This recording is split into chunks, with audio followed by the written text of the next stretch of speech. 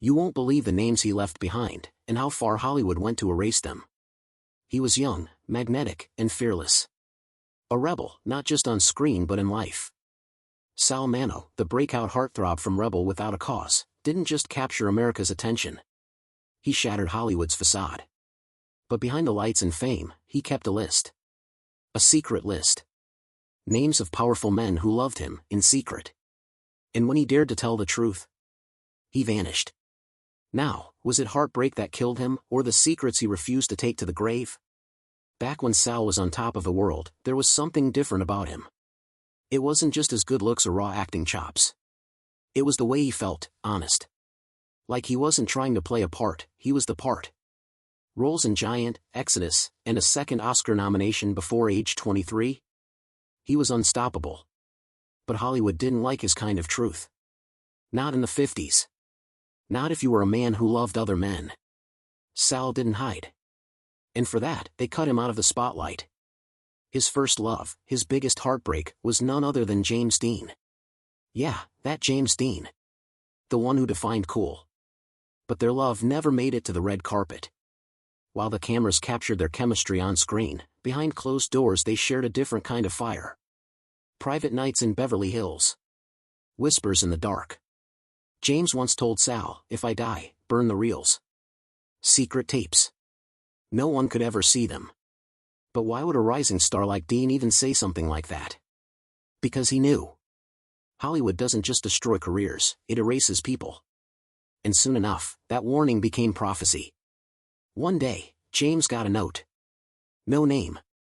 Just blood red letters, choose your career, or your little boyfriend. 3 weeks later, he was dead. Yes, it was called a car accident. But was it? An anonymous mechanic swore the brakes had been tampered with. And when he tried to speak up, a payoff. A threat. Silence. Sal was never the same after that. He stopped trusting doorways. Stuffed rags into every crack. Paranoia took over. He even rang NBC late one night, panicking, begging someone to take a tape, James Dean's sex tape, apparently. They hung up. 2 weeks later, the NBC building caught fire. No call records were ever recovered. And that was just chapter 1. Next came Bobby Sherman. You might know him from bubblegum pop hits and teenage magazine covers. But Bobby had a question burning inside him. Is it wrong that I feel nothing when I kiss a girl? Sal smiled. No, he said. You just haven't kissed the right person yet. They became something between secret and sacred. Stolen nights in Laurel Canyon. 2 lives split between public lies and private truths. Bobby still posed with his girlfriend. Sal still escorted Hollywood royalty.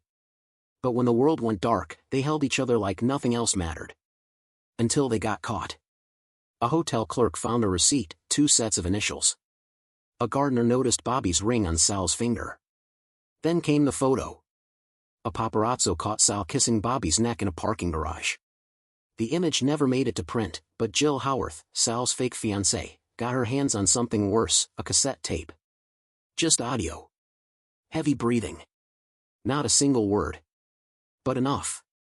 She mailed it to the papers with a 4-page letter. I'm his fiancée, and I heard him love a man. Boom. That tape detonated everything. In 72 hours, Sal lost 2 film roles, a Broadway lead, and his last scheduled interview. Bobby's team forced him to deny everything, on paper. Bobby agreed, but only if every recording and photo was burned. One was destroyed in a record label sink. But the original? Gone. Hidden. Maybe forever. Sal fell apart. Last anyone saw him, he was alone at a seaside bar, scribbling Bobby's name over and over onto napkins. The bartender asked, "Still love him?" Sal whispered, "Love? I still dream of him." Bobby? He moved on. Laughed it off. Got a new girl. Said, "I love music, not men." And just like that, the public forgave him. But the rumors didn't stop. Because there was one man bigger than them all. The man who, if exposed, could take down an empire, Paul Newman. You know him. Hollywood's golden boy.